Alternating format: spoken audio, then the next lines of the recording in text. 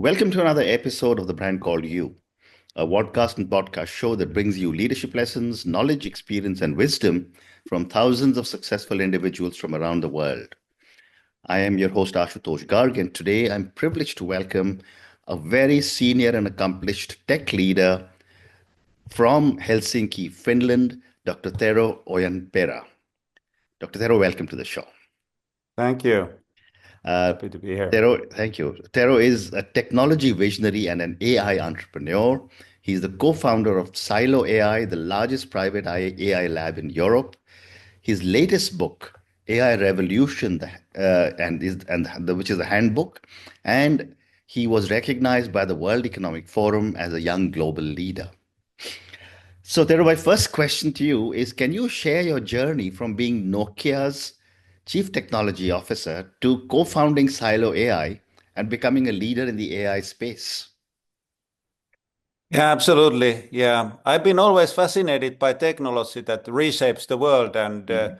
when I started with Nokia, we are now talking about 6G in wireless technologies, but then it was Absolutely. 3G, and Yeah. mobile data was only a futuristic dream. Mm. And basically, that took me a journey that lasted first 21 years actually with Mhm. Nokia, that we went from being nobody in the industry into the world leader in the phones. But of Correct. course, then the smartphone industry challenged us and disrupted the business. Right. But in AI, I was 2016, if I remember right, we were asking the question here in Finland and Europe that why isn't anybody talking about AI, which is going to be the biggest force in the industry to reshape how we actually work and live, and that's led then to the establishment or founding Silo AI, and Amazing.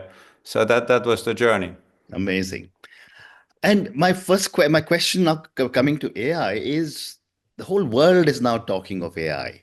ChatGPT was the first introduction to the common man, and now DeepSeek seems to have taken over the whole world. How can businesses, and I've been reading an article and they say every company is now wanting to invest big in AI. So my question is, how can businesses strike a balance between adopting AI for automation and maintaining human-centric innovation?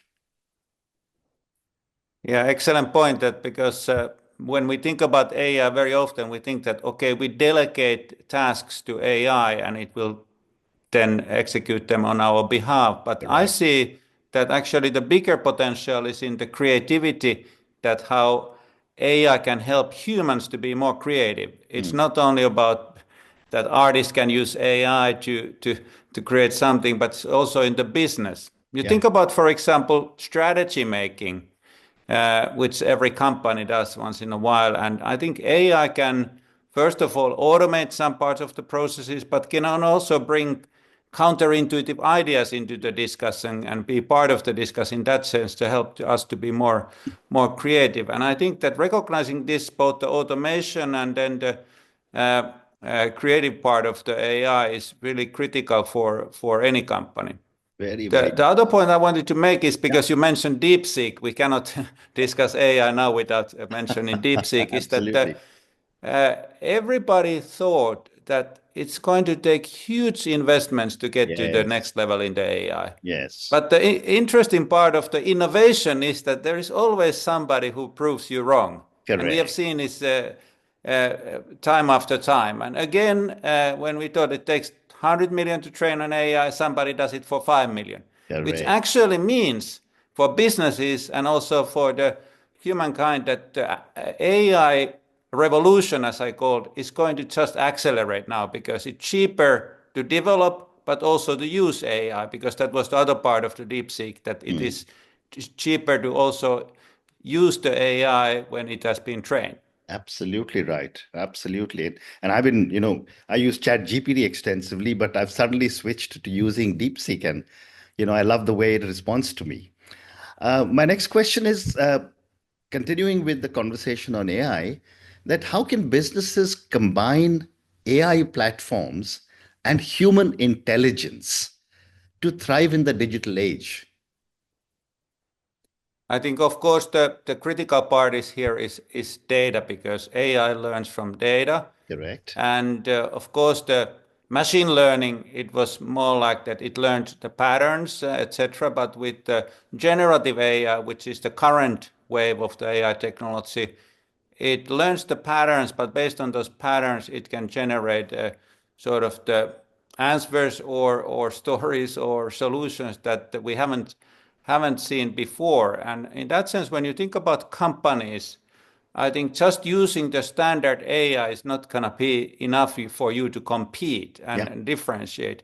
You need to take, for example, you can take a LLM, the large language model, and train it with your own data that you are collecting and inferring from your users, whether you are in the business to business or in the consumer business, and in this way provide something that differentiates you from the market. So I think there will be a lot of companies who are going to use the standard solution of the AI. We get it from the DeepSeek, we get it from the OpenAI, we get it from the Google. But the question is that how can you train? For example, in the customer service, if everybody is using the standard solutions that answers the standard question, what's the difference? But if you can provide something that is actually trained with your data, your products, it could even work as an upselling for your customers automatically, etc. So I think there are tremendous opportunities. I agree. I agree with you. And, that's what I was reading again, and I'm not an expert, but what you said is so right. The businesses have to learn to differentiate themselves and the AI that. So I wanted to ask you about Silo.ai, and you are one of the co-founders. Um, can you tell me how Silo.ai is playing a role in advancing private AI applications in Europe? Yeah, absolutely. So first, of course, I need to mention that I actually left Silo after it was sold to AMD, so I don't have the exact latest that happened last summer. But if you think about the first 7 years that when I was involved, and first as the CEO and then as a chairman, executive chairman, we worked with very closely with the different type of companies, especially industrial leaders that are building products, factories, etc., and help them to transform their operations. Because AI is not just that you apply one algorithm there, but it's about how do you actually make your whole operations more intelligent. You have a certain type of the factories, you have certain products. They could be autonomous vehicles, they could be a smart healthcare, sort of the diagnostic devices, and you bring AI there in order to make them smarter, interpret the data better. When you think about, for example, healthcare, I think one company we helped was the Philips, that to diagnose cancer more accurately, which will of course then help you to treat the cancer better because you know exactly where the cancer cells are, etc. So those are some of the examples. Fantastic. Thank you. My next question, Tero, is that as AI systems grow more powerful, how do we ensure they are used ethically and responsibly? Excellent point. And one challenge there is that the AI technology is becoming so complex that it's very hard to understand for any human being. Correct. And that brings the challenge that how can we actually first understand that how was the answer or the solution that AI generated, how was it generated? There is no transparency because the more complex model, the harder it is to interpret that how does it work. But there are of course solutions to this one as well, and there is even a sort of a total new category of AI which is called AI judge. AI judge is an AI that actually interprets or analyzes the answers that another AI is producing and helps to sort of to judge their accuracy. It might be detecting biases, etc. So we need solutions like this in order to have the sort of the governance model for AI, because you just cannot deploy AI into companies and hope that it works well. Other thing that I wanted to mention is AI policies or that companies need, that you need to have a certain set of principles how AI in your company is being developed. How do you treat bias, what kind of governance you had, etc. And in that way, when you train your people, you can be ensured that those principles are adhered in the development process and the use, and that helps you to maintain bias-free and also detect problems when you have, because it's for sure that you will have issues with AI because they are statistical machines, so to speak, so hard to control, and what is known as hallucinations, that the AI might be producing something that looks completely right, but it's completely sort of the BS, so to speak. And how do you detect those in the use? Those are some of the critical questions. What a great response. Thank you. My next question, of course, we've been talking of great opportunities. What do you think is the biggest risk posed by AI to society? And how can this be mitigated? I think the biggest risk is really that we are not educating our young generation for this world that we are going to face with AI. Drawing an analogy with social media, we kind of missed the train there. Social media, which we initially thought it's a great force, has been proven that it's also a very disruptive force in a negative sense. Correct. And AI, because it's such a powerful technology, I think it's so critical that when you look 10, 20 years ahead, that we start now actually educating and training the children, the young people into this world that they are going to face, which is going to disrupt the jobs that they will have, what type of the sort of, how do we consume media, how do we create media, etc. So I believe that this is the biggest risk. I'm not afraid of the technology itself because I'm a technology positive person. Yeah. But very often when we are kind of lagging behind in training the next generation, that will cause the issues because they don't know how to face that new disruptive world. Very well said. And, I've been speaking to a lot of small business leaders and small and medium enterprises. And a lot of questions they ask is how can small and medium-sized businesses leverage AI innovation without having access to large AI labs? And somehow the impression is it's very expensive, till, of course, DeepSeek came along.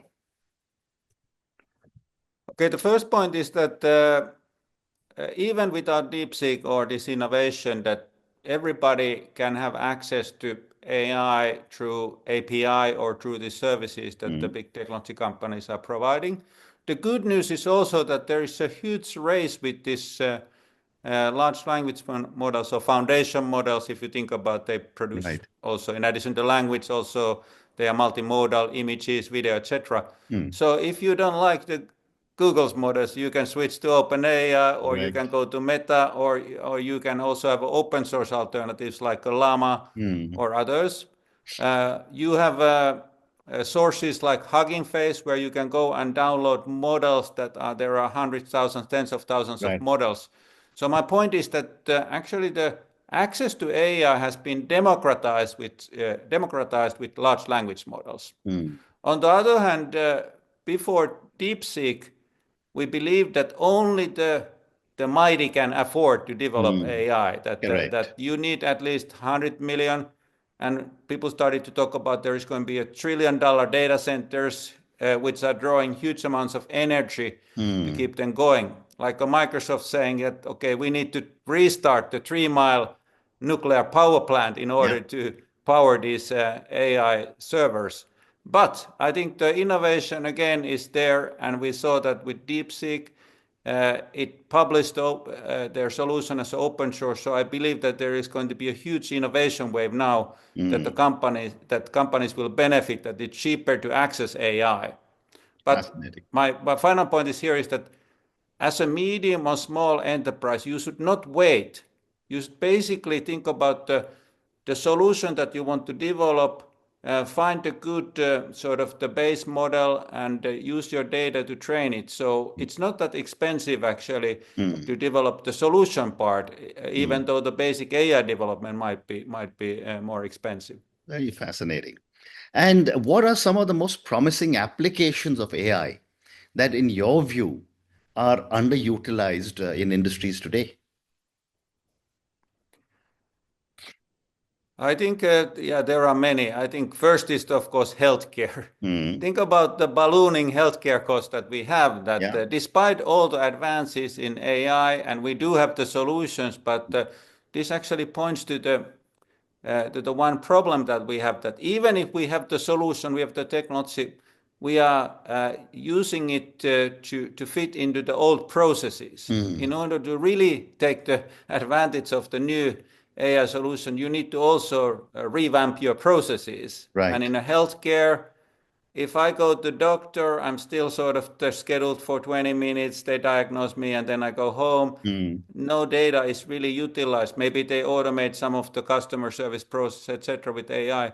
But mm, I think there's a tremendous opportunity in healthcare. mm, The other area I think is that I would like to mention is a little bit further away, but very interesting, is robotics. hmm. Because we have seen advancement in the mechanics of the robots very, very, Right. very much. But connect with the robot, the brain, the AI brain, the large language model. So you can now train the robot with for sort of a little bit simplifying it, okay, Mm, make the robots or the LLM that is powering the robot to watch YouTube videos of the certain task, like mm, cleaning a household or in a manufacturing plant, yeah. and it can generalize the learning. So it can then do jobs that it didn't see before, but resemble the earlier tasks. Mm, And in that sense, the robots will be more intelligent, and rather than thinking about that they will again take over our jobs, I mm, think they can do also jobs that we couldn't do before, a mm. dangerous one, difficult ones, and help us to live our Absolutely. lives better. Absolutely. Well said. And therefore, a converse question for you is, what skills should individuals focus on? And we have a very large young viewer and listener base. What skills should individuals focus on to stay relevant in an AI powered world? I, Today, if you are using AI, I think, Hmm, of course, prompting is the critical one. And correct. because very often I hear people saying that, yes, I started to use ChatGPT, but I only get the lousy answers and Correct. average ones, and it's not so good. But that depends how do you ask the question. If you ask that, okay, can you solve this problem for me, you get maybe a average answer, but you start to probe then that, okay, give them more data, some other solutions, Yeah. maybe ask for that, can you give some counterintuitive proposal? You start to get actually more intelligent answers. The better you can ask, the better you can prompt the AI, the better answers you get. And in that sense, I think that's short term. Of Mm, course, longer term, it gets a little bit more difficult, but I think critical thinking is undervalued today. So I think with the AI becoming more and more intelligent, I think critical thinking becomes very important, because it's also when you are using AI, how can you judge that whether the AI was right? Are you going the right direction? But also when we are reading news, are they AI generated? We need to have more critical thinking. very well said. And I was addressing some people the other day, and they asked me the same question. And I said, I'm from the boomers generation. I said, when we were learning computers, we also learned a term called GIGO, which was garbage in, garbage out. So Exactly, they said, yeah. if you're used, it's exactly reinforcing that. If you don't ask the right questions, you won't get the right answers. Yeah.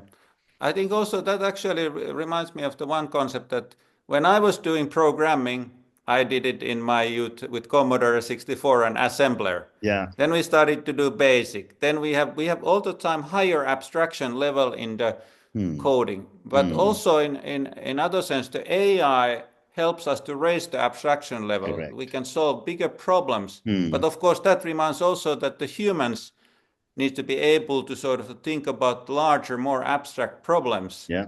which Yeah. requires, of course, new skills. Amazing. So I have time for two or three more questions. I want to talk to you about your book, The AI Revolution, which is the Handbook of AI Revolution. And your book explores Chat GPT and large language models. How do you see these tools reshaping everyday life and business operations? Yeah, of course, first thing I would say that even though I personally also talk about tools, but Correct. the concept behind it, they are more than tools because it's about new way of thinking, making decisions, etc.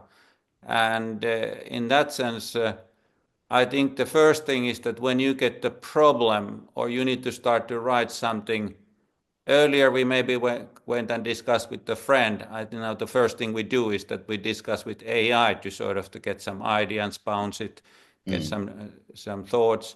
So in that sense, and also in the decision making, because AI can crunch huge amount of data at once, digest it for you, analyze, make a proposal based on that one.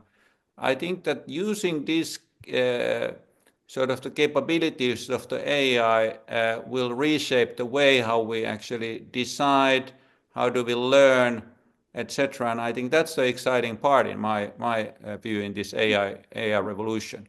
Well But said. of course, it goes back to the tools that you need to start to learn to use the tools today. Absolutely right.